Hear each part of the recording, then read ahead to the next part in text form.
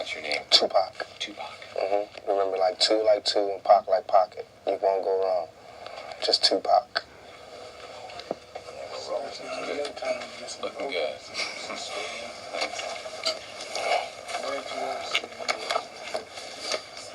What's your best Christmas memory? Let me see. When I thought we didn't get any gifts for Christmas, I was in Baltimore. I thought we didn't get nothing. There was a knock on the door. My sister's principal from her school came, and they had like this charity, whatever, where they give like the turkey to the poor family on the block. We was the poor family. So we got this turkey. I got some cheap boots. You know, got little cheap trinkets. But on Christmas, you want as many trinkets as possible. And so I got a whole bunch of little tiny things. It was cool. We got free cheese, free beans, free butter, free everything. All that little government surplus stuff. But on Christmas, you need it. I mean, as opposed to us having an empty refrigerator, empty nothing. So I just remember when it first came, you know, and it's always like a Christmas carol playing around Christmas time on somebody's TV. And I just remember that first feeling, like really feeling like, you know, dang, this is Christmas, you know, this is like the give thing. The give thing. That's when I used to feel the sorriest for my mother. It's because there was no man there, you know, and this is a woman, my mother. She had to tell us, you know, she had to make it like Mary, and there was nothing there. There wasn't even regular dinner, let alone Christmas dinner, you know, and she had to like explain to us how, like, I mean, it's so hard to sell that all we need is each other's speech, especially when your stomach hurts. You know, she's telling us that as our stomachs go, she's going, all we need is each other and some meat. But I thought it was just so beautiful how she just would be strong and she would do it. And she would never use that time to go, your fathers are really jerks, you know, they really left me here. But they did. Our fathers really did leave her. And our fathers, like my father, my sister's father, different fathers, but they really did leave us. And, you know, they didn't call on Christmas to help my mother explain why the hell we ain't getting no gifts. They was just like, you know, with they woman, wherever they was, being big shotty, being Santa Claus to somebody else's kids. And so, I mean, no love taken from my father, God rest his soul, but, I mean, I got it. He better not expect nothing big on Christmas. Tell me about some of the special things that someone growing up in the inner city in your situation deals with. Okay. Man, it's like, that's deep. It's like, when you're born, usually you're born to a dynasty or an empire, right? You're born like as a junior or, you know, following in your father's footsteps. You always tell your father, he did this, or your father, or your grandfather, he did this, or we got this, or the family heirlooms. There's none of that in the outer city. I call it the outer city because we left out.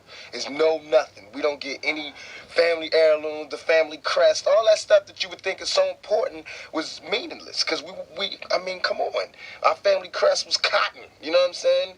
It's like, man, it's like the only thing we can really leave behind is culture, is music, you know, and dignity and determination. That's what we had. So it's like, I feel as though I'm cheated because instead of me fulfilling my prophecy, I have to start one. Instead of me, you know, doing a good job and carrying on the empire, I have to build one. And that's a hell of a job for a 21-year-old.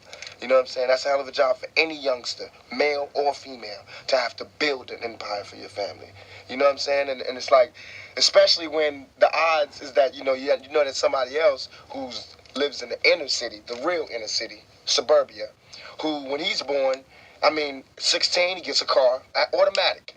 You know, there's money in the bank for college. You know, it's Christmases, go to vacation somewhere. Our vacations was down the street, cross town, grandma house. You know what I'm saying? That was the vacation. Or, you know, or jail, to be even more real. And I hate to make this like sad story, but it's real. Because this world is such a, and when I say this world, I mean it. I don't mean in an ideal sense. I mean in every day, every little thing you do. It's such a, gimme. Everybody back off. You know, everybody's like, you taught that from school, everywhere. Big business. You want to be successful? You want to be like Trump? Gimme. Push. Step. Crush. That's how it all is. And it's like, nobody ever stopped. Just, you know, I feel like, instead of us just being like, slavery's bad, slavery's down, bad whitey. All right, let's stop that. And everybody's smart enough to know that, we've been slighted. and we want ours. And I don't mean by like ours, 40 acres and a mule, because we passed that. But we need help. I mean, for us to be on our own 2 feet, us meaning youth or us meaning black people, whatever you want to take it from, for us to be on our own 2 feet, we do need help. Because we have been here. We have been a good friend. If you want to make it a relationship type thing, we have been there, and now we deserve our payback. It's like you got a friend that you don't never look out for. You know, you dressed up in jewels. Now America's got jewels, and they paid and everything, and they lending money to everybody except us. And it's like, you know, everybody need a little help on their way to being, you know, self-reliant. I mean, if this is truly a melting pot in the country where we care about it, and Lady Liberty got a hand like this, she really loves us, then we really need to be like that. And it needs to be the black kids. And if there's a white person who got money, then you need to help them. He need to help black kids, Mexican kids, Korean kids, whatever. But it need to be real. And it need to be before we all die, and then you say, oh, I made a mistake. We should have gave them some money. We really should have helped these folks. It's going to be too late. You know what I'm saying? And then that's when you got to pay your own karma.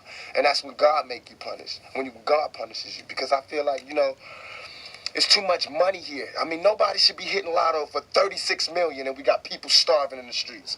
That is not idealistic. That's just real. That is just stupid. There's no way Michael Jackson should have, or whoever Jackson, should have $1 million, $1 billion, and then there's people starving. There's no way. There's no way that these people should own planes and their people don't have houses, apartments, shacks, drawers, pants. I know you're rich. I know you got $40 billion, but can you just keep it to one house? You only need one house. And if you only got 2 kids, can you just keep it to 2 rooms? I mean, why have 52 rooms and you know there's somebody with no room? It just don't make sense to me. It don't. And then these people celebrate Christmas. They got big trees, huge trees, all the little trimmings. Everybody got gifts, and then somebody's starving. And they're having a white Christmas. They're having a great Christmas, eggnog and the whole 9. That's not fair to me. I think that when there's hopelessness, people revolt. Because it's like there's nothing that's like, you know, it's like we're going, is America going to help us ever? You know, because, I mean, we know for a long time they haven't. Are they ever? And it's like all these things are showing us no. And you know there's somebody going, no, they're not going to help you. No, they're not going to help you. And then, of course, we seeing, no, they're not helping us. All BS aside, it all comes down to we got to survive. I mean, even warriors put their spears down on Sundays. We got to survive here in this country. Because I'm not going back to Africa. We got to survive here. For us to survive here, white folks, black folks, Korean folks, Mexican folks, Puerto Ricans, we got to understand each other. We got to take a bigger chance. And when I say Americans, people think I'm talking about Uncle Sam. I mean, like, actually Uncle Sam with the gray hair and the flag. I mean, you, the guy, you know, you, the mechanic, wherever, you. I mean, you need to do something. You need to check yourself and see how racist you are. You know what I'm saying? It's real.